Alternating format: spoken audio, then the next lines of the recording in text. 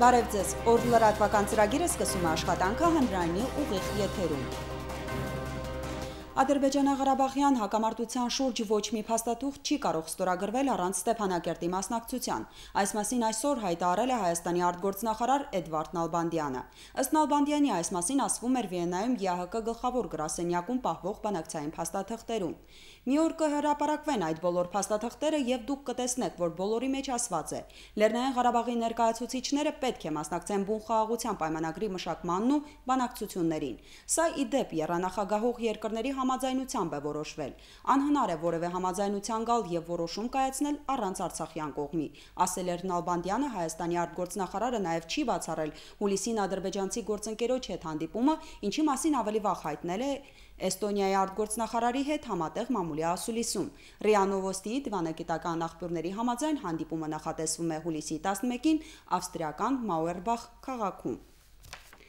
Արցախի հանրապետության նախագահ Բակո Սահակյանն այսօր շնորհավորական ուղերձ է եղել Հայաստանի հանրապետության նախագահ Սերժ Սարգսյանին ծննդյան օրվա կապակցությամբ։ Ուղերձում ասված է. Մեծարգո Սերժ Ազատի, Արցախի հանրապետության ժողովրդի իշխանությունների եւ անձամբ իմ անունից ի սրտե շնորհավորում եմ ձեզ ծննդյան օրվա կապակցությամբ։ Ձեր ողջ կյանքի ընթացքում դուք անմնացորդ ծառայել եւ ծառայում եք հայոց անկախ պետականության կայացման ու զարգացման, հայկական երկու հանրապետությունների պաշտպանունակության ամրապնդման ու բարգավաճման, հարազատ ժողովրդի նվիրական իղձերի իրականացման սուրբ գործին։ Մեկ անգամ եւս շնորհավորում եմ ձեզ ծննդյան տարեդարձի առթիվ եւ մաղթում խաղաղություն, քաջառողջություն ու ամենայն բարիք ձեզ եւ ձեր բոլոր հարազատներին ու մերձավորներին, ասված է նախագահ Բակո Սահակյանի Հայաստանի Հանրապետության նախագահ Սերժ Սարգսյանին ծննդյան օրվա կապակցությամբ հղված շնորհավորական ուղերձում։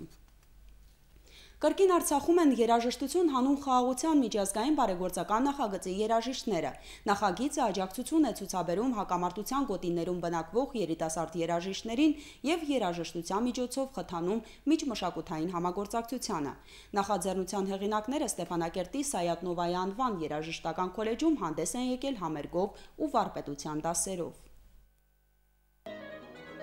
Սաքսոֆոնահար Վիտալի Բատուլինը եւ դաշնակահարուհի Մարիա Նեմցովան ելույթ են ունենում այն երկրներում, որտեղ հակամարտություն կամ պատերազմի վտանգ կա։ Համերգներից բացի նախագծի հեղինակները վարպետության դասեր են անցկացնում, օգնում խոստումնալից երիտասարդներին։ Երաժշտություն հանուն խաղաղության նախագծի շրջանակում արդեն երրորդ անգամն են Արցախում։ Այս տարի երաժիշտների միացել են նաեւ կլարնետահար Բորիս Ալախվերդյանն ու ջութակահար Կարեն Շահգալդյանը։ Может быть даже третий, я уже не помню сейчас точно. Թե որերորդ անգամն են այստեղ արդեն չեմ էլ հիշում, բայց ասեմ նախագծի հեղինակներն Արցախը համարում են իրենց հարազատ տունը։ Մեծ հաճույքով են գալիս։ Համերգների կազմակերպման առումով, երբ խոսք է բացվում հայաստանյան շրջագայության մասին, նրանք անմիջապես այդ շրջանակի մեջ են մտցնում նաև Արցախը, եւ ամենակարևորը, նրանք ամենուր վարպետաց դասեր են կազմակերպում։ Երաժշտություն հանուն խաղաղության միջազգային բարեգործական նախագիծը ստեղծվել է 2011 թվականին։ Համահիմնադիր սաքսոֆոնահար Վիտալի Բատուլինն է նշում, հայկական կողմը մեծ աջակցություն է բերում ծրագրի իրականացմանը։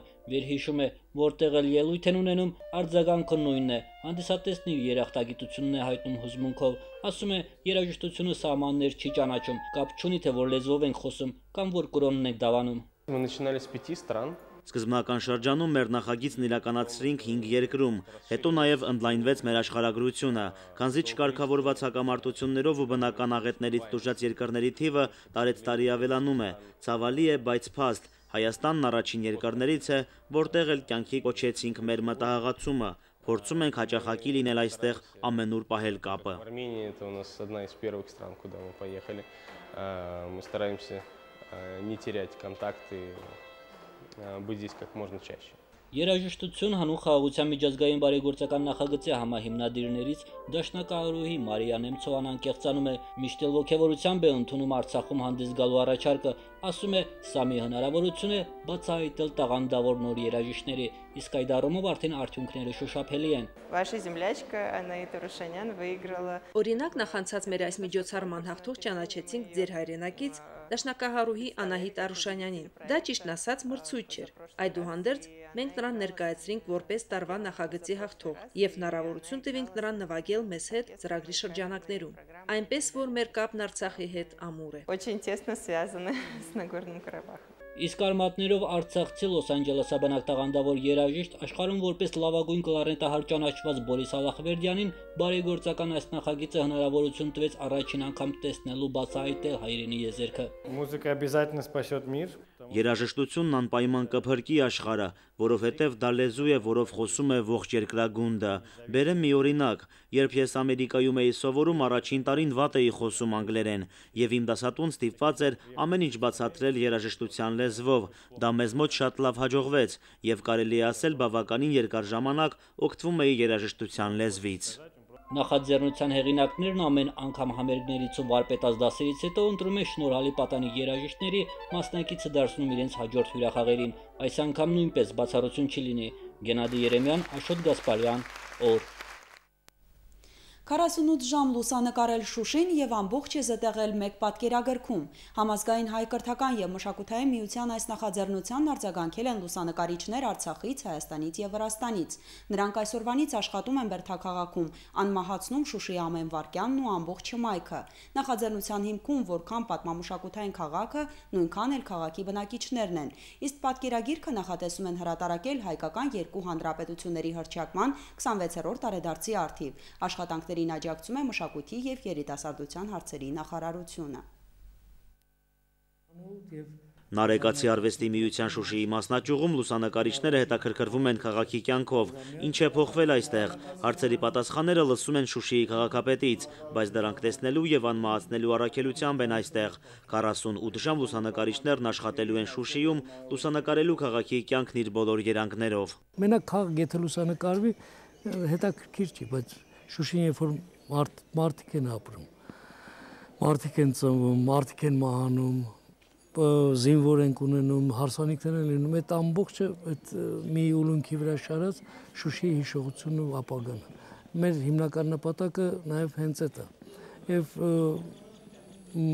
ասեմ մի տեսակ երազի նման է, որ այսօր մենք կարողանում ենք մեր երազանքին գոնե կենթանություն հաղորդել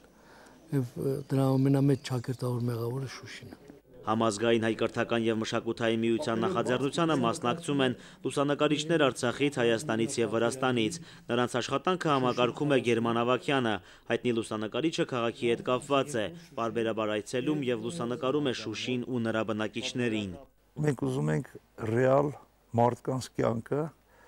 24 ժամը մի քիչ էր, մի քիչ ջայել են տղեկը, բան, ասենք թողել են 48 ժամ։ Երկու օրում ինչ կատարվեց Շուշիում։ Եթե ծնունդ նկարվի, հարսանիք նկարվի, եթե 100 տարեկան մարդ է մահացել, դրանից պակաս չեն ուզում, թաղումն էլ թող նկարվի։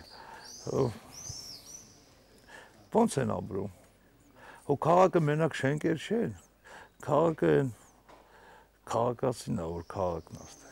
Շուշին 48 ժամ նախաձեռնության մասնակիցներին օգնելու են Նարեկացի արվեստի միության Շուշիի մասնաճյուղի սաները ծանոթացնելով նրանց քաղաքին։ Սպարտակ Ղարաբաղցյանի խոսքով գաղափարը վաղուց էր, եւ սա հարգանքի տուրք է երբեմնի կրթամշակութային քաղաքին։ Շուշին հավակնում է վերագտնել իր փառքը։ Մեր ազգային նկարագիրը պահելն է, այսինքն ոչ միայն պահել, այլև զարգացնել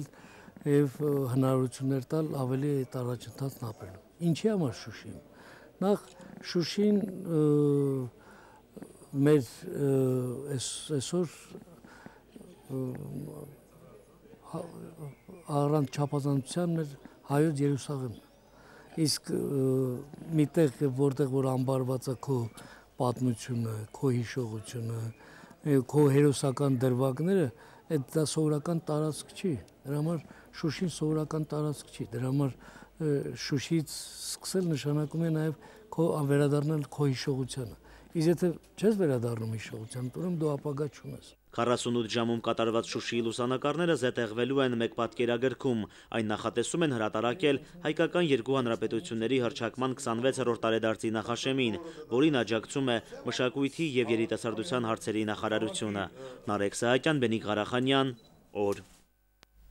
Այսօր եզրափակվեց աղջիկների միջև մինի-ֆուտբոլի երրորդյա առաջնությունը, որը նախաձեռնել էր Արցախի ֆուտբոլի ֆեդերացիան։ Եզրափակիչ փուլում առաջին հարթակը նվաճելու համար պայքարեցին Ստեփանակերտի համար 7 եւ համար 1 դպրոցների թիմերը։ 8 րոպեանոց երկու խաղակեսում համեմատաբար ավելի ակտիվ խաղ ցուցադրեցին Եղիշե Չարենցի անվան կրթօջախի աղջիկները։ Արդյունքում 1-0 հաշվով նվաճեցին մրցանակային առաջին պատվավոր հարթակը։ Երկրորդ հորիզոնականը բաժին ընկավ համար 1 դպրոցի թիմին, իսկ երրորդ մրցանակային հարթակը համար 2 կրթօջախի աղջիկներին էր։ Կազմակերպիչների ուշադրությանն արժանացան նաև 10-րդ դպրոցի թիմի անդամները։ Մրցապայքարի արդյունքներով նրանք 4-րդ տեղը զբաղեցրին։ Մրցապայքարին ընդհանուր առմամբ ընդգրկված էր 10 թիմ։ Ի դեպ աղջիկների միջև ֆուտբոլի առաջնություն Արցախում առաջին անգամն է կազմակերպվել։